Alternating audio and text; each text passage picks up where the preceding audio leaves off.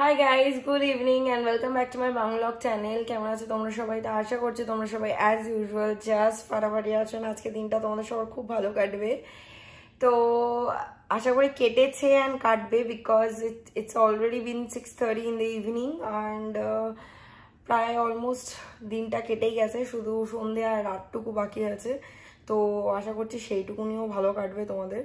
তো আমি বেসিক্যালি আজকে ব্লগ করছি প্রায় 2.5 দিন পর, মানে সেই মানডে লাস্ট ব্লগ করেছিলাম যেটার ভিডিওটা গেছিল Tuesday, and then Tuesday whole day, Wednesday whole day, আজকে টিল মানে এর আগের মুহূর্ত অবধি আই ডিড নট ব্লগ।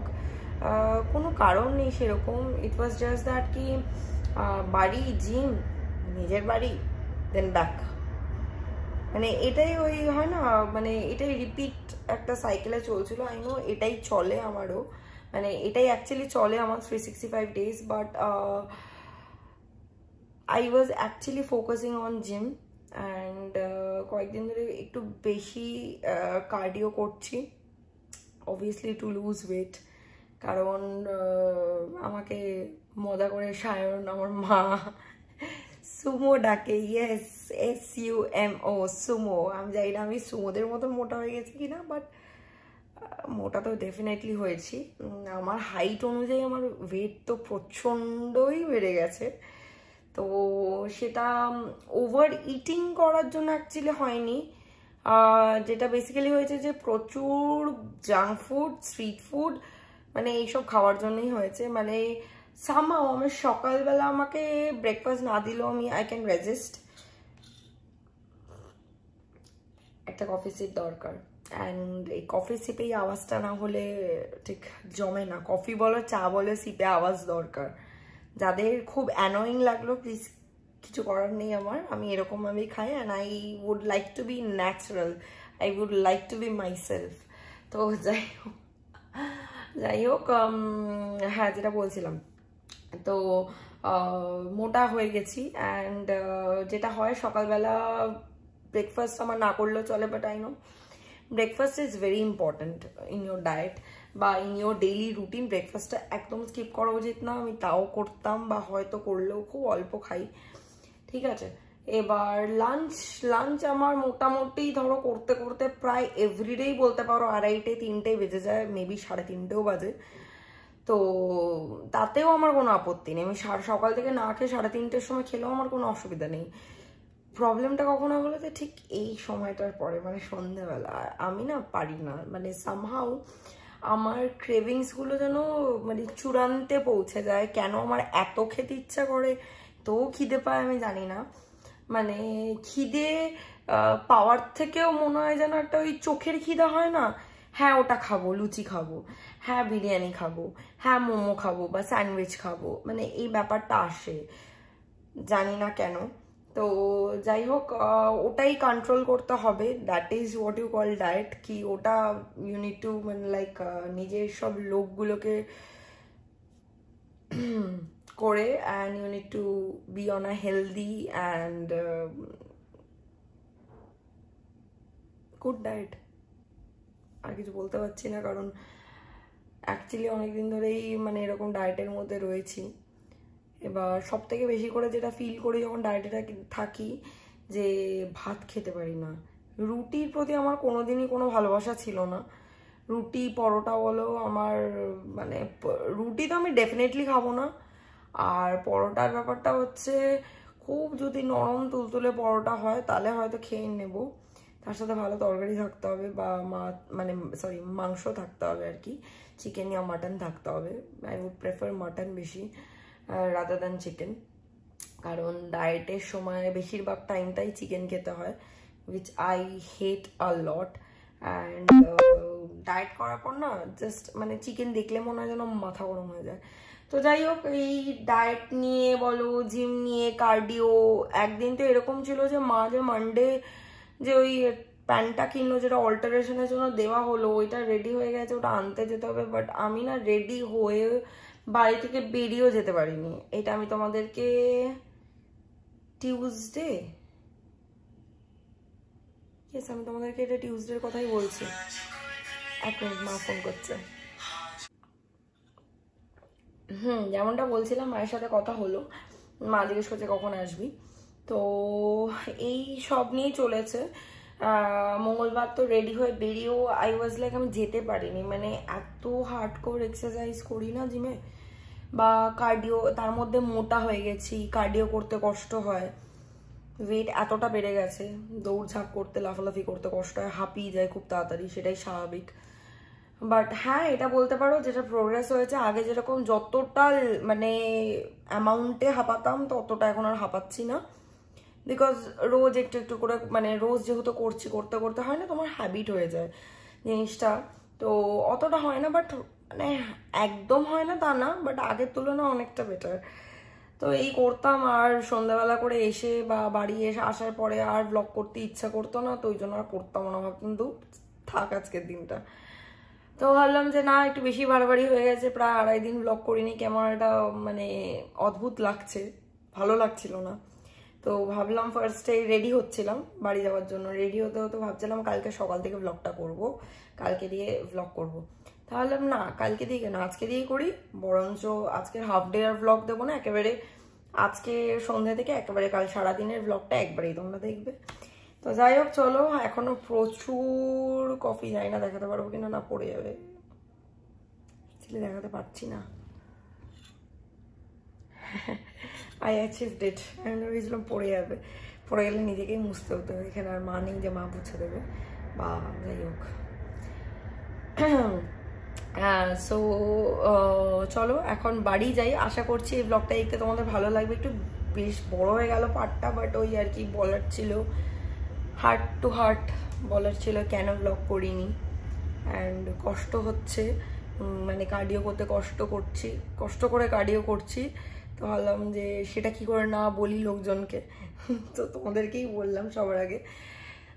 চলো কফিটা খেয়ে বাড়ি যাওয়া যাক। পৌঁছে গেছি বাড়ি, অ্যান্ড একটা জিনিস মনে পড়লো, আমি লাস্ট মানডে ব্লগ করিনি, আমি লাস্ট সানডে ব্লগ করেছিলাম, অ্যান্ড মানডে সেটা আপলোড করেছিলাম।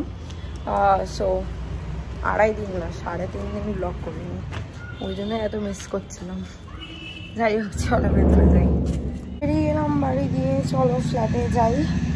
বাড়িতে চা বিস্কিট খেলাম, তো একটু খিদে পাচ্ছিল, ভাবলাম একটুখানি ফুচকা খাই, তো বেরিয়ে কয়েকটা শুকনো ফুচকা খেয়েছি, জলওয়ালা খাইনি, লাস্টে একটুখানি জল খেয়েছি, ইচ্ছা করছিল, অনেকদিন খাই না তো ফুচকা খেতে ইচ্ছা করছিল। আমি খুব রেয়ার ফুচকা খাই, মানে সাধারণত মেয়েরা যেরকম ফুচকা প্রেমী হয়, আমি সেরকম একটা ফুচকা প্রেমী না, বাট ওই মাঝে মাঝে ক্রেভিং হলে খাই।